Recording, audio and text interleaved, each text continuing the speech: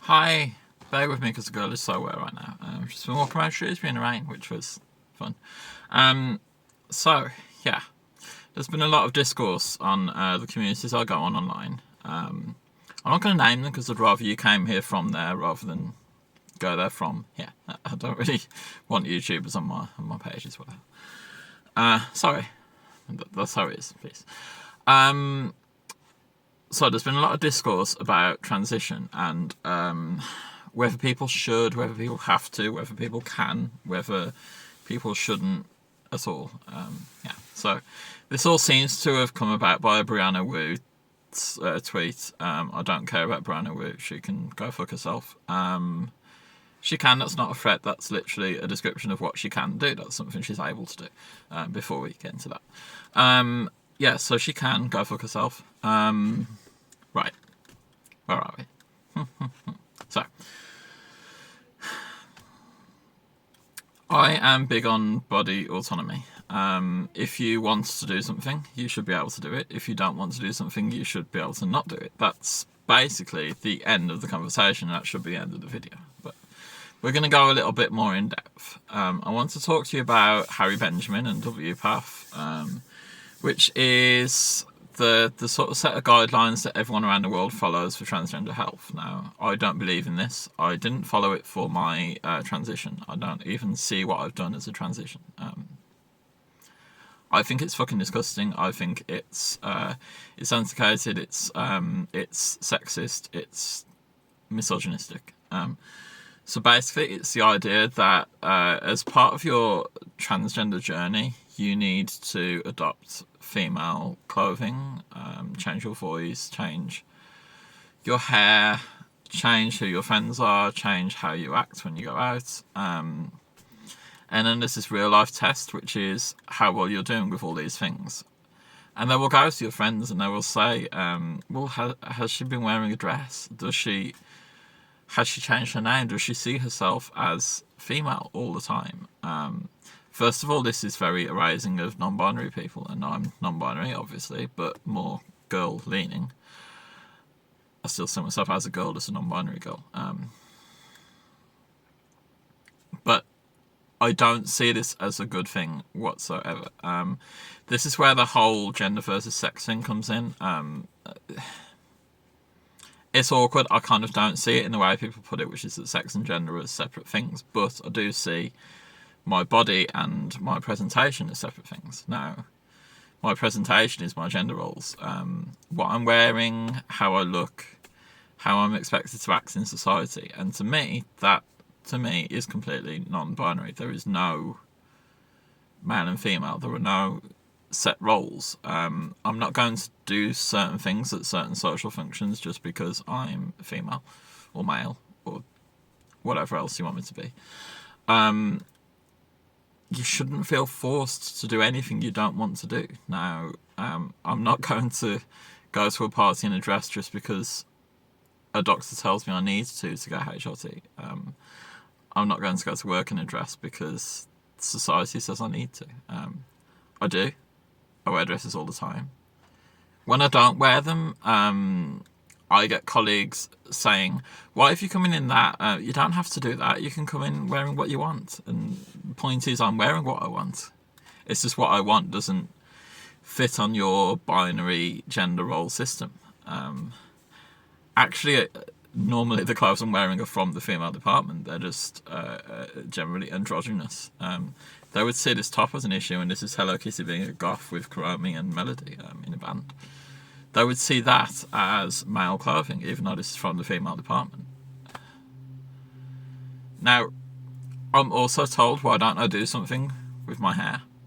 I have done something with my hair. I've cut it the way I wanted. I love my hair. It's fucking beautiful. But apparently I haven't gone far enough.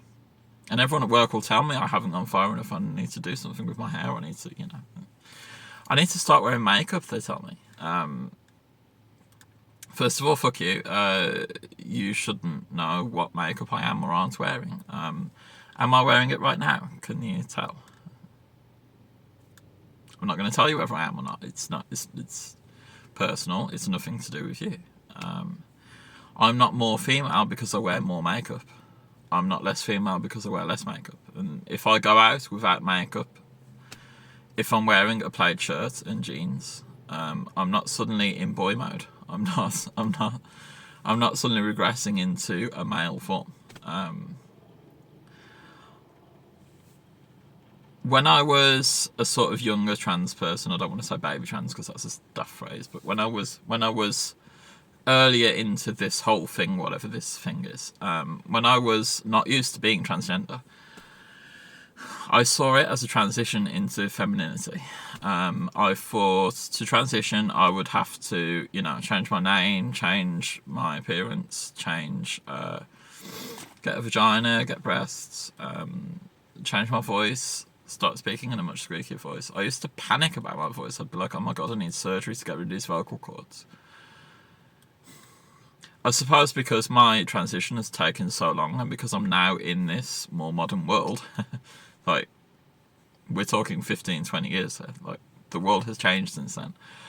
I don't so much see that I need to do these things, and actually, changing my voice isn't part of my transition. My voice isn't going to change. I've had surgery, but this isn't a slight on anyone who has had the surgery I have had, but I see it as a non-binary surgery. I have a vulva, I have a shallow vagina. I don't have female reproductive organs. I don't have something you could necessarily fuck. You can't penetrate me in that way. What I have is exactly what I want. It's something new, it's something different, it's something... Again, I don't mean to offend anybody who has had this surgery, but to me, personally, I see it as fitting with the AIM aesthetic, which is non-human, non-participating in gender. I have something new and special to me. That's how I see it. I do apologise if you've had this surgery and you see it a different way. That's absolutely fine. That's you. That's your journey. This is my journey. This is me. So my body now is how I want it to be. I'm actually at the end of what I would consider my transition, but my transition hasn't been into femininity. It's been into a more confident person. I've just been around Shrewsbury with my tits out, wearing a bra and a lycra top and leggings that give me a massive camel toe. That is what I've transitioned into. That is this confident person. That is this person who goes out being exactly who they want to be, could mingle with friends. That is what this has all been about. And this is less a transition into femininity and being female. It's more a transition into a more confident person who can participate in society when she wants to. But when Z doesn't want to, Z can just relax and sit back and not be part of this fucked up system you've created. This W-Path Harry Benjamin system is disgusting. Now, you might see yourself as a medical professional and you're part of this system. You're using it to the best of your abilities. You have to follow, what guidelines you've been given, I suppose. But, it's not good. It's gatekeeping. Gatekeeping is what this is all about. When we talk about transmed and transmedicalism and TrueScum and whatnot, it's about gatekeeping. It's about saying you're not transgender enough. You're not female enough. You shouldn't be having these medications and whatever. It's all about the gatekeeping of the medications. Now, anyone should be able to take whatever transgender medication they need or require. To me, I would actually say anyone should be able to take whatever medication they need, and that includes drugs. I'm a massive advocate for recreational drugs. Just throwing that out there. I don't take them myself, which is the weird part. I don't take cannabis. I don't take cocaine. You should be able to if you want to. You should, and you should also have access to help to get off them when you don't want to. That's the point. No one should be forced into these things, but no one should be forced out of them either. And when it comes to HRT, I truly believe that if you go to a doctor and you say, I want HRT, they should give it you. No questions asked. If there are any questions, that is the gatekeeping, and that is where transmedicalism comes in. Now, You can transition into whatever you want to. If you're transitioning into what society would see as a binary female, that's not a bad thing. As long as you appreciate that this isn't a binary, just because you're transitioning into that doesn't mean everyone else has to. Now, you can take a trad wife kind of, female, traditionally female, 50s American female role, whatever. You can do that. That's fine. Good on you if you want to do that, but forcing other people into that isn't a good thing. And for the record, just because I have no reproductive organs doesn't make me any less female if I want to be. I hope this makes sense. I hope you think the same as me, and if you don't think the same as me on this, I'm actually quite upset at you. Why are you watching this video? Because, look, body autonomy is sacred. That goes to abortion rights, that goes to recreational drugs, that goes to working harsh jobs, being forced into jobs, slavery. Your right to your own body is absolutely key. And to me, if that's not what we're fighting for as a society, what is the point of society? If we don't have body autonomy, we don't have freedom. And that's what this is all about. So you might see this as a transgender video and a transgender journey, but actually I'm speaking for all of you. I'm speaking for everyone. I'm speaking for the cisgenders. I'm speaking for everybody. One thing I'm not going to do is get into a fight about what cissexual means. It's a word that has come up.